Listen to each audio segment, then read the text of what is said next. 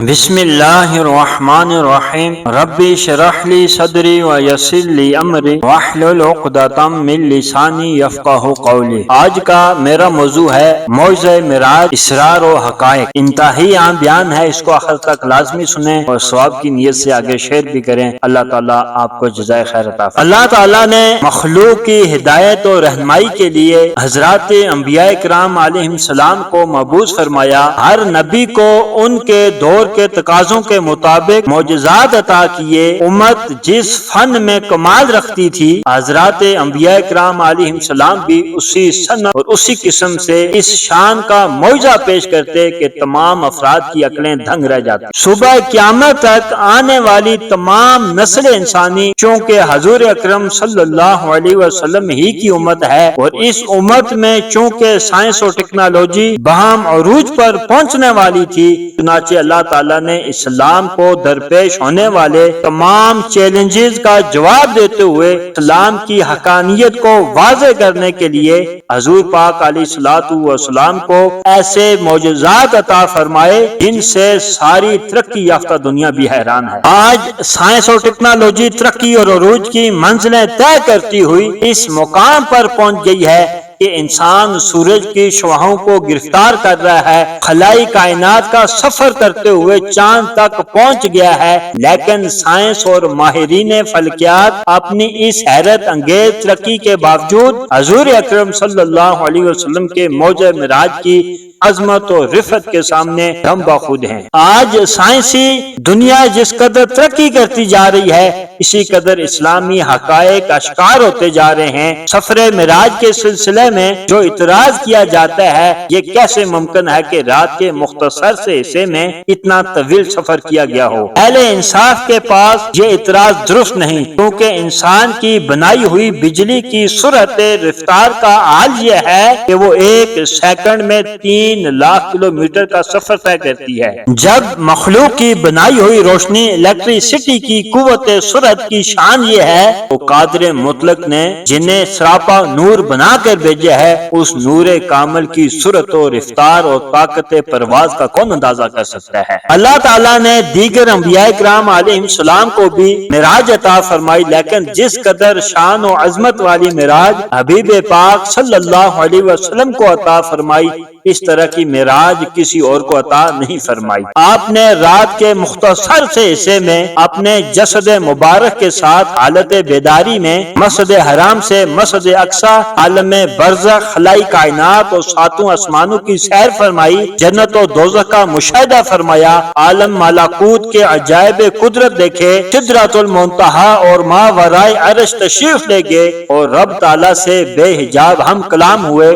اور اپنے ماتھے کی آنکھوں سے دیدار حق تعالیٰ کو حق تعالیٰ کی خصوصی سعادت حاصل فرمائی۔ یہاں اس مبارک سفر میں چند رموز، اسرار و حقائق اور معارف بیان کیے جا رہے ہیں، تاکہ معلوم ہو کہ اللہ تعالیٰ نے اپنے حبیب کریم صلی اللہ علیہ وسلم کی عظمت اور رفعت کے اظہار کے لیے کس قدر اہتمام فرمایا ہے۔ اللہ تعالیٰ قرآن پاک میں ارشاد فرماتا ہے کہ سبحان الذی اسری بعبدہ لیلا من المسجد الحرام الی المسجد الاقصی، کہ پاک ہے وہ ذات جس نے اپنے بندے خاص کو ٹھہر کرائی رات کے تھوڑے سے حصے میں مسجد حرام سے مسجد اقصی تک، الذی بارکنا حولہ لنریہ من آیاتنا انہ هو السمیع البصیر، جس کے ارد گرد ہم نے برکتیں رکھی ہیں تاکہ ہم انہیں اپنی نشانیاں دکھائیں، بے شک وہی سننے والا اور دیکھنے والا ہے۔ واقعہ معراج شریف میں ہزاروں حکمتیں ہیں جن کو اہل علم و عرفان جانتے ہیں۔ سورہ بنی اسرائیل کی مذکورہ آیت کریمہ میں جو واقعہ معراج کا تذکرہ کیا گیا ہے،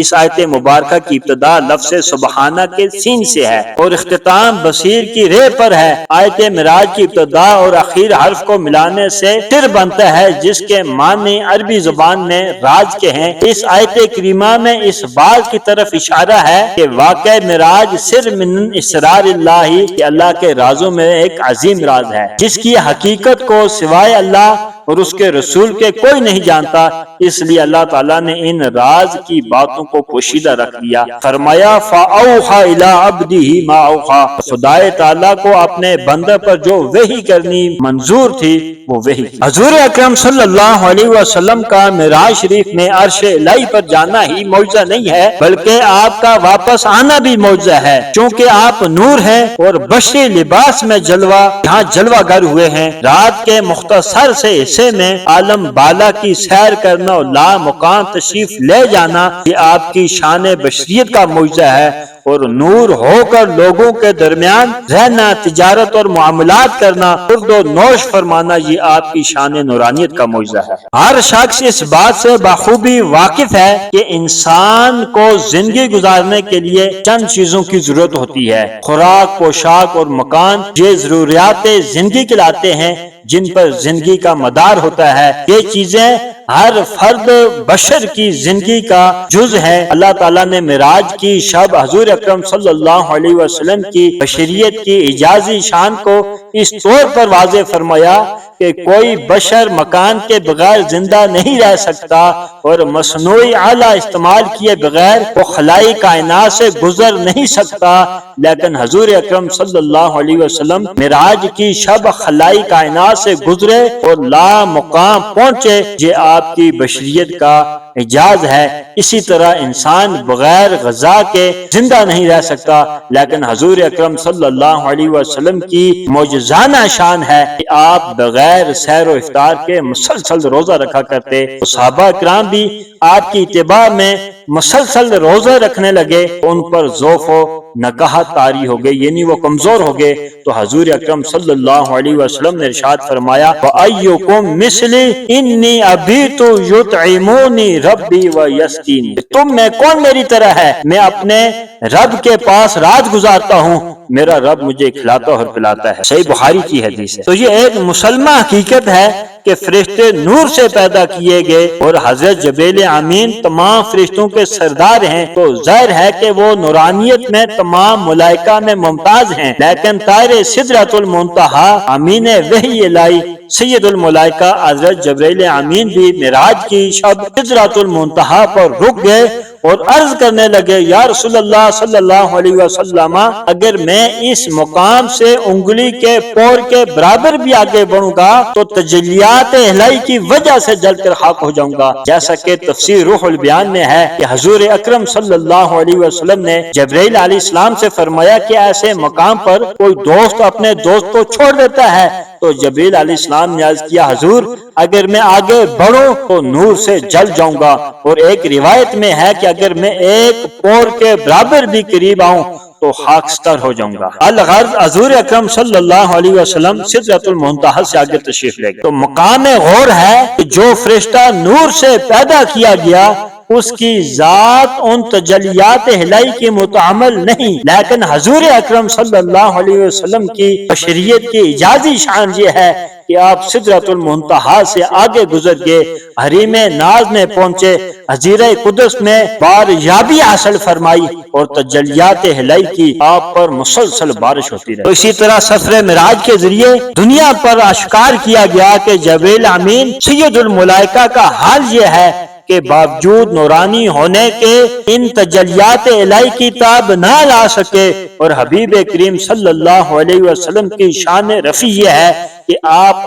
آن قرب الہی کی منزل طے فرماتے ہیں، اور آپ پر ہر دم نئی تجلی کا ظہور ہوتا ہے، جیسا کہ اللہ تعالیٰ کا وعدہ ہے وَلَلْآخِرَةُ خَيْرٌ لَكَ مِنَ الْأُولَىٰ، کہ ہے حبیب پاک صلی اللہ علیہ وسلم آپ کی ہر آنے والی گھڑی پہلے گھڑی سے بہتر ہے۔ حضور صلی اللہ علیہ وسلم پر ہر آن انوار و تجلیات الہیہ کی مسلسل بارش ہوتی رہتی ہے، آپ صرف ان انوار و تجلیات کا تعامل ہی نہیں فرماتے بلکہ امت کو ان کے فیوز و برکات سے مستفید بھی فرماتے ہیں۔ حضور اکرم صلی اللہ علیہ وسلم کی نورانیت کا کمال یہ ہے کہ آپ نے اپنے ماتھے کی آنکھوں سے رب تعالیٰ کا دیدار فرمایا، اور دیدار بھی اس شان سے فرمایا کہ اللہ تعالیٰ فرماتا ہے ما زاغ البصر وما طغى لقد رأى من آیات ربه الکبریٰ، کہ دیدار حق کے وقت نہ نگاہ ادھر ادھر متوجہ ہوئی اور نہ جلوہ حق سے متجاوز ہوئی۔ بے شک آپ نے اپنے رب کی نشانیوں میں سے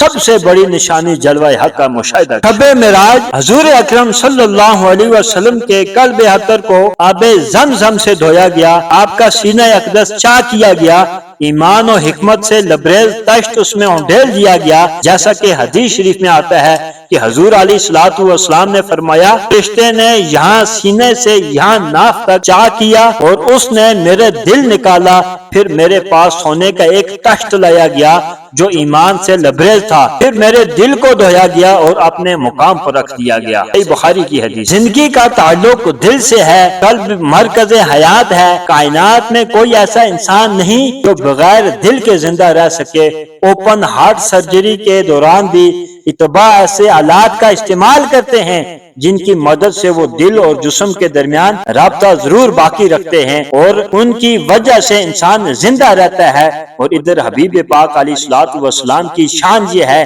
آپ کا سینہ اقدس چاک کیا گیا، زمزم کے پانی سے قلب اطہر کو دھویا گیا، انوار و حکمت کے تشت ڈھیلے گئے۔ ان تمام احوال کی خبر خود حضور اکرم صلی اللہ علیہ وسلم نے عطا فرمائی۔ مرکز حیات قلب باہر نکالے جانے کے باوجود بدستور آپ حیات رہے۔ معلوم ہوا کہ زندگی کے وسائل بظاہر منقطع ہونے سے آپ کے علم و ادراک اور حیات طیبہ میں کوئی فرق نہیں آتا۔ تو اس مقام پر تفسیر و حدیث، سیر و تاریخ کی کسی کتاب میں اس امر کا ذکر نہیں ملتا کہ سینہ اقدس چاک کیے جانے پر آپ کے جسم اطہر سے خون کا قطرہ نکلا ہو، کیونکہ حضور اکرم صلی اللہ علیہ وسلم نور بھی ہیں اور بشر بھی۔ خون کا نکلنا بشریت کا تقاضا ہے اور خون کا نہ نکلنا نورانیت کا تقاضا ہے۔ سینہ اقدس چاک کیے جانے پر بھی خون کا قطرہ نہ نکلنا، اسی طرح قلب اطہر سینہ اقدس سے نکالنے کے بعد بھی بدستور باحیات رہنا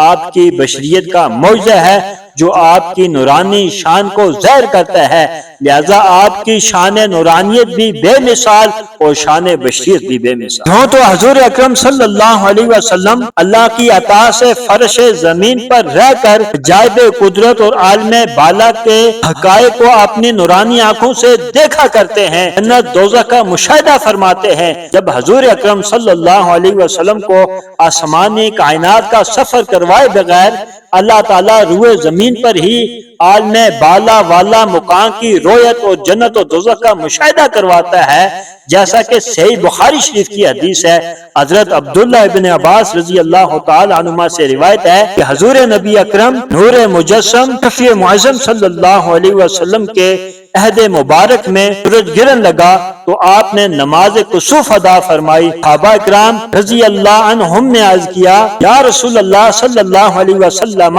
ہم نے آپ کو دیکھا کہ آپ کسی چیز کو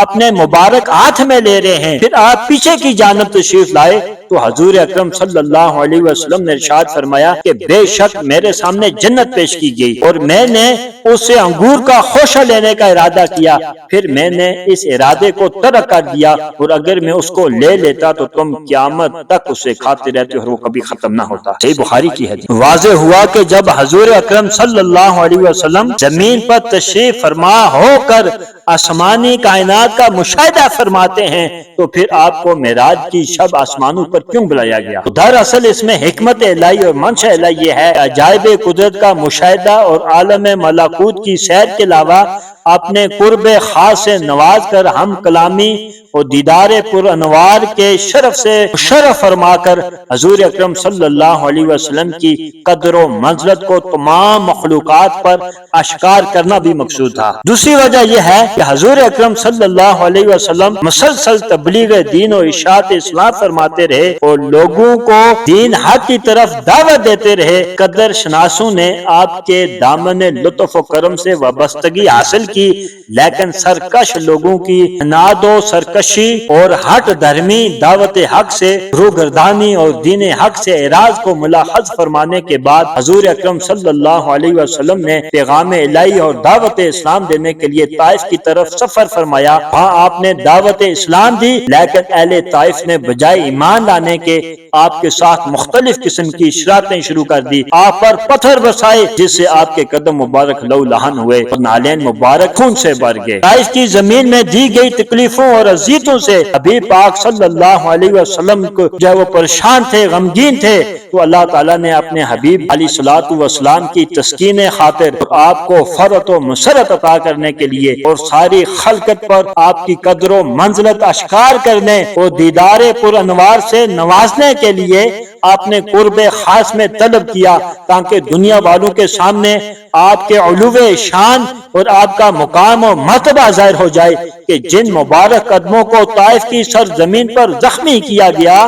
یہ وہ مبارک قدم ہے کہ عرش الہی بھی ان کو چوم کر برکتیں حاصل کرتا ہے، اور سدرہ کے مکین روح الامین بھی قرب خداوندی میں رہنے کے باوجود برکتوں کے سلسلے میں ان مبارک قدموں کے محتاج۔ حضرت جبرائیل امین اس طرح حضور پاک علیہ الصلوۃ والسلام کے خدمت اقدس حاضری کو واسع سعادت سمجھتے، اسی طرح اپنے مقام سدرۃ المنتہی میں حضور اکرم صلی اللہ علیہ وسلم کی تشریف فرما ہونے کو واسع خیر و برکت جانتے ہیں۔ جبرائیل علیہ السلام نے عرض کیا، یا رسول اللہ صلی اللہ علیہ وسلم، میری آپ سے ایک درخواست ہے۔ حضور اکرم صلی اللہ علیہ وسلم نے فرمایا، کہو وہ کیا ہے؟ انہوں نے عرض کیا، میری خواہش ہے کہ آپ یہاں 2 رکعت نماز ادا فرمائیں تاکہ میری قیام گاہ آپ کے قدم مبارک کی برکت سے بہرور ہو۔ اس مبارک سفر کے لیے دستور کے مطابق اللہ تعالیٰ بجائے براق کے کسی اور دنیاوی سواری جو عرب میں استعمال کی جاتی تھی اسے روانہ فرما دیتا، یا اس سواری میں سرعت و تیزی پیدا فرما دیتا اور اسے بھیج دیتا، یا آئندہ زمانے میں جو تیز رفتار سواریاں پیدا ہوں گی انہیں روانہ فرما دیتا، لیکن ایسا نہیں کیا بلکہ جنتی براق پیش کیا تاکہ پتہ چلے بے مثل و بے مثال حبیب کے لیے سواری بھی ایسی بے مثال پیش کی جاتی ہے کہ آپ سے پہلے کسی نے اس پر سواری کی ہے اور نہ آپ کے بعد قیامت تک اور کوئی ایسی سواری جو ہے کسی کو عطا کی جائے۔ اگر آئندہ زمانہ میں پیدا ہونے والی تیز رفتار سواریاں پیش کی جاتی تو مستقبل میں لوگ ترقی کر کے اس جیسی سواری پر سوار ہوتے، اس لیے اللہ تعالیٰ نے اپنے حبیب علیہ الصلوۃ والسلام کے لیے جنتی سواری کا انتخاب فرمایا کہ اس جیسی سواری پر دنیا میں کوئی دوسرا سفر نہ۔ براق ایک جنتی سواری ہے، آپ کی خدمت اقدس میں براق کی سواری پیش کی گئی، بجائے اس کے یہ بھی ہو سکتا تھا کہ آپ کے لیے مسافت کو لپیٹ دیا جاتا، زمین سمیٹ دی جاتی اور آپ کا ایک قدم مبارک مکہ مکرمہ میں ہوتا اور دوسرا قدم مبارک مسجد اقصی میں، لیکن حضور پاک علیہ الصلوۃ والسلام کے لیے ایسا نہیں کیا گیا۔ اس میں حکمت یہ ہے کہ مسافت کو لپیٹنا اولیاء کرام میں بھی مشترک ہے، اس کے برخلاف ایسی سواری کا ہونا جو چشم زدن میں طویل مسافت کو طے کرے، یہ حضرت انبیاء علیہ الصلوۃ والسلام کی امتیازی شان۔ دوسری وجہ یہ ہے کہ براق سواری کی ضرورت ہونے کے بنا پر نہیں لائی گئی، بلکہ براق کو شرف بخشنے کے لیے اور آپ کی شان و شوکت کے اظہار کے لیے لائی گئی تھی۔ جس طرح دنیا کے معززین کو دعوت دی جاتی ہے تو نمائندے کے ساتھ سواری بھیجی جاتی ہے، اس میں مہمان کا اکرام و احترام مقصود ہوتا ہے، تو اسی طرح خالق کائنات نے اپنے بے مثال حبیب کو بلایا تو ایسی سواری بھیجی جس پر کوئی بشر سوار نہیں۔ زمین سمیٹنے پر قدرت کے باوجود سواری کے ذریعے سیر کرانے میں حکمت یہ ہے، یہ واقعہ اظہار معجزہ کے مقام پر رواج اور روایت کے مطابق رونما ہوا، چونکہ عموماً رواج یہی ہے کہ بادشاہ کسی شخص کو مدعو کرتا ہے، اس کے پاس اپنے نمائندہ کے ساتھ عمدہ سواری بھیجتا ہے۔ اور یقیناً حضور اکرم صلی اللہ علیہ وسلم سفر معراج کے موقع پر بیت المقدس تشریف لے گئے۔ یہاں یہ سوال پیدا ہوتا ہے کہ جب آپ کو آسمانی کائنات کا سفر کروانا مقصود تھا اور رب تعالیٰ سے ہم کلامی اور دیدار پر انوار کی سعادت سے مالا مال کرنا تھا، تو پھر آپ کو براہ راست آسمانوں پر کیوں نہیں لے جایا گیا، بیت المقدس کیوں لے جایا گیا؟ تو اس کی حکمت یہ بیان کی گئی ہے۔ پہلی حکمت کہ حضرت نبی کریم صلی اللہ علیہ وسلم کو شب معراج مسجد اقصی